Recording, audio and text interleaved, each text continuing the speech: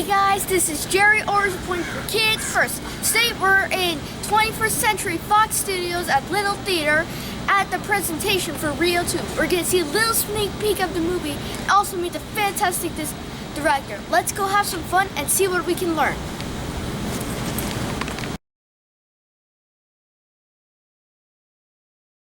I'm back with Rio 2. I was the director of the first one as well. This was a story that that I developed, and I keep going with the story of Rio 2. So I'm gonna give you a little bit of a background of that. So before we start with Rio 2, so this is the returning cast. If you're familiar with the first movie, these are the guys. They're back: Jesse and Jermaine, George Lopez, Jamie Foxx, will.i.am, Leslie Mann, Rodrigo Santoro, Brazilian artist, and Tracy Morgan. So everybody's back.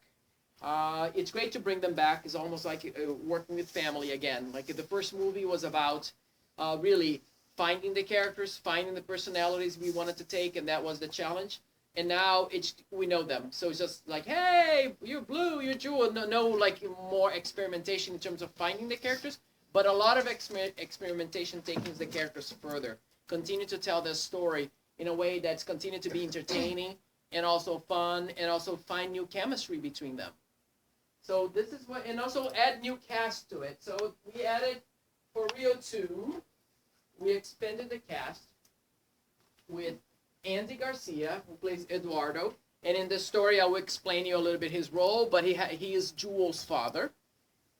Rita Moreno, which is an amazing addition to the cast. Like, I'm a super fan of her. Like, I think she changed a lot of people's lives through her career, especially with the West Side Story, the beginning of that. Back in the days, it was very hard for somebody like her to come out and become like a strong, powerful artist. And she still is. She's 82, but she has the heart of a 15-year-old girl that comes with full energy, which is amazing. Kristen Chenoweth, which is not only a great actress, but she's really funny, and she's an amazing singer, performer, opera, Broadway, everything. So Bruno Mars is also an amazing singer. It's an interesting story with Bruno because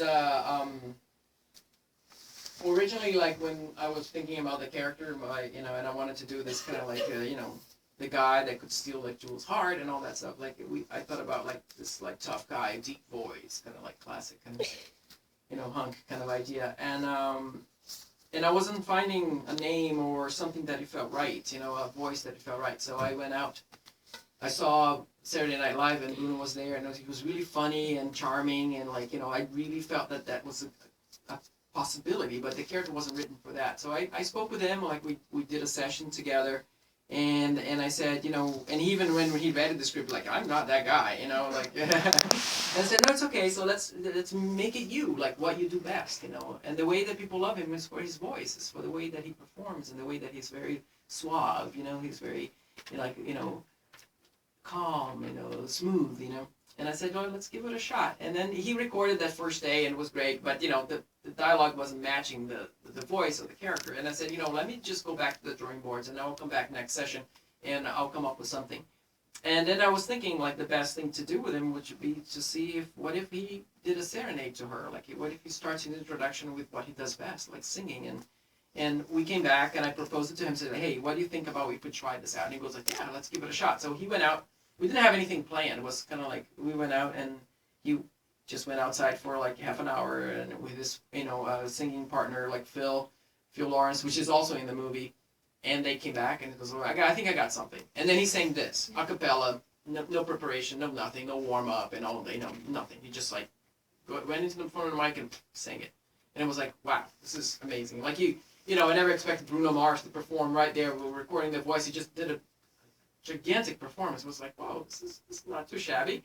Let's see what I can do with this. And then I went back. I showed to the animators. They went crazy. They wanted to do this. They wanted to push it over the top. So we animated the whole sequence. It was awesome.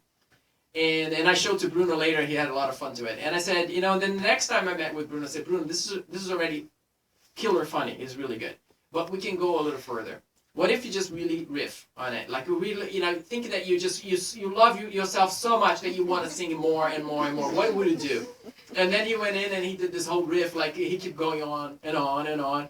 And that's, then we went back and then we reanimated the back end to add this extra, riff that he did with it. So it was great. And then the character blossomed. And from that point on, we knew who Roberto was, because it was I had a hard time finding Roberto, and this is a classic example that sometimes you think one way, but the actors add a layer to it, and then it becomes special. It becomes its own thing, and then he blossoms, and he becomes an amazing character. And he's really funny. And from that point on, we developed way more ideas and sequences that you will see when you watch the movie that evolves into the character that becomes a very strong character in the whole story. What do you think is the most different from the first Rio? What's the most different thing? Yeah. I think it's the Amazon. I think in getting into that world, it was very different than the first one. Because the first one, the challenge was to really do the city, the Rio as a city, and then we had to go to a completely new world, and we had to do a lot of research about like what trees made into the Amazon and what trees we can inhabit, and the plants and the animals. So that was like the most different part of it.